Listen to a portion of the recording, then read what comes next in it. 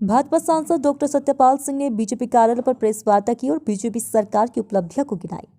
इस दौरान उन्होंने कहा कि ज्ञानवापी के फैसले पर सभी को गर्व होना चाहिए और अरविंद केजरीवाल को लेकर सांसद सत्यपाल सिंह ने कहा कि किसी भी व्यक्ति को कानून से भागना नहीं चाहिए, कानून का सम्मान करना चाहिए। सत्यपाल सिंह ने कहा कि प्रधानमंत्री के नेतृत्व में देश आंतरिक रूप से बहुत मजबूत हो रहा है और भारत देश 2027 पूर्ण रूप से विकसित और विश्व की एक बड़ी ताकत होगा। बीजेपी के बागपत सांसद डॉक्टर सत्यपाल सिंह आज कार्यकर्ताओं के साथ कार्यालय पर पहुंचे और प्रेस वार्ता के दौरान उन्होंने कहा कि सरकार द्वारा वरिष्ठ नेता लालकृष्ण आडवाणी को भारत रत्न देने का सही निर्णय लिया गया। वहीं उन्होंने किसान मसीहा चौधरी चरण सिंह को भारत रत्न देने की बात कही और कहा कि सरकार पर इस पर विचार करना चाहिए। वहीं देश का सबसे अधिक चर्चित मामला ज्ञानवापी में हिंदू पक्ष को पूजा का अधिकार मिलने के बाद उन्होंने कहा कि ये तो गर्व की बात है और जो भी कोर्ट का आकर निर्णय होगा वह सभी को मंजूर होना चाहिए। वहीं उन्होंने दिल्ली के मुख्यमंत्री अरविंद केजरीवाल को लेकर कहा कि कानून से भागना किसी तरह की समझदारी नहीं, हर एक व्यक्ति को कानून का सम्मान करना चाहिए। वहीं उन्होंने कहा कि देश के प्रधानमंत्री नरेंद्र मोदी के रूप में देश का एक बहुत मजबूत शक्ति बनकर उभरा है। आंतरिक रूप में देश बहुत मजबूत हो चुका है। अब किसी विपक्षी देश की हिमाकत नहीं है कि भारत की तरफ नजर उठाकर देख सके। वहीं उन्होंने कहा कि 2027 तक भारत एक विकसित और विश्व की एक बड़ी महाशक्ति बनने जा रहा है। वहीं उन्होंने बागपत में जल्द रैपिड रेल की मंजूरी की बात भी कही।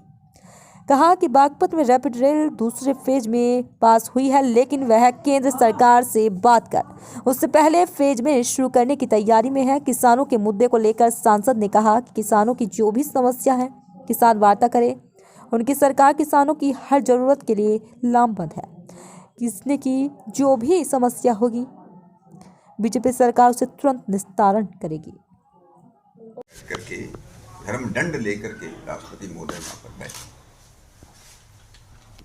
एक तो इस देश के अंदर जिस प्रकार से हम लोगों ने धर्म को धक्का दिया कांग्रेस के शासन में, इस देश को हम लोगों ने पंथ निरपेक्ष की जगह हमने क्या बना दिया, धर्म निरपेक्ष बना दिया। हमारे संविधान निर्माताओं का ऐसा आशय नहीं था।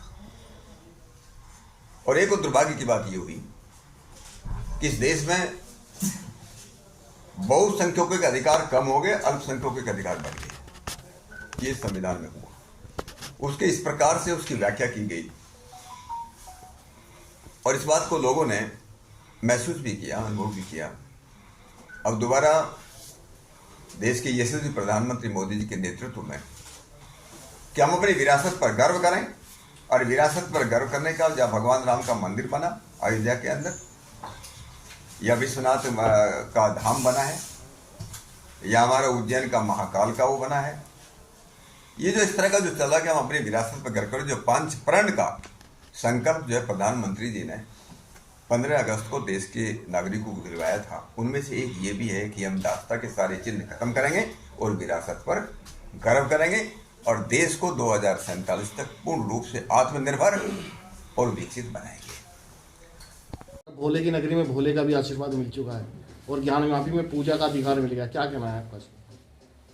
हमको गर्व होना चाहिए कि हम उस कालखंड में जी रहे हैं, उस कालखंड में जी रहे हैं कि जिस कालखंड में जिस संस्कृति में हम लोग विश्वास करते हैं उस संस्कृति का पुनरुद्धार और पुनर्जीवन हो रहा है। बरेली के एक धर्मगुरु हैं, उन्होंने कहा कि आडवाणी जी को जो भारत रत्न दिया गया है वो एक खास वर्ग का प्रतिनिधित्व करते हैं, इसलिए भारत रत्न को डिजर्व नहीं करते। मुझे लगता है ये बहुत ही छोटेपन की बात मेरे साथ लगती है।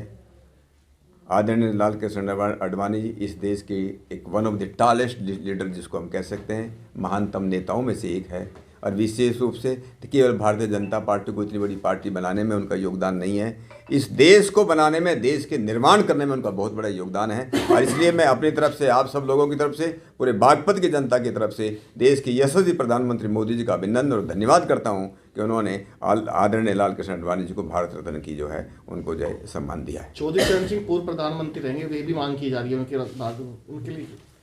देखिए, मैं भी इस बात से सहमत हूँ और चौधरी चरण सिंह जी को वो किसानों के मसीहा रहे, किसानों हमेशा किसानों के जो है उनके कारण को हमेशा आगे बढ़ाते रहे और मुझे लगता है इस विषय में निश्चित रूप से हमारी सरकार विचार करेगी। सांसद जी, बागपत को अंतरिम बजट में क्या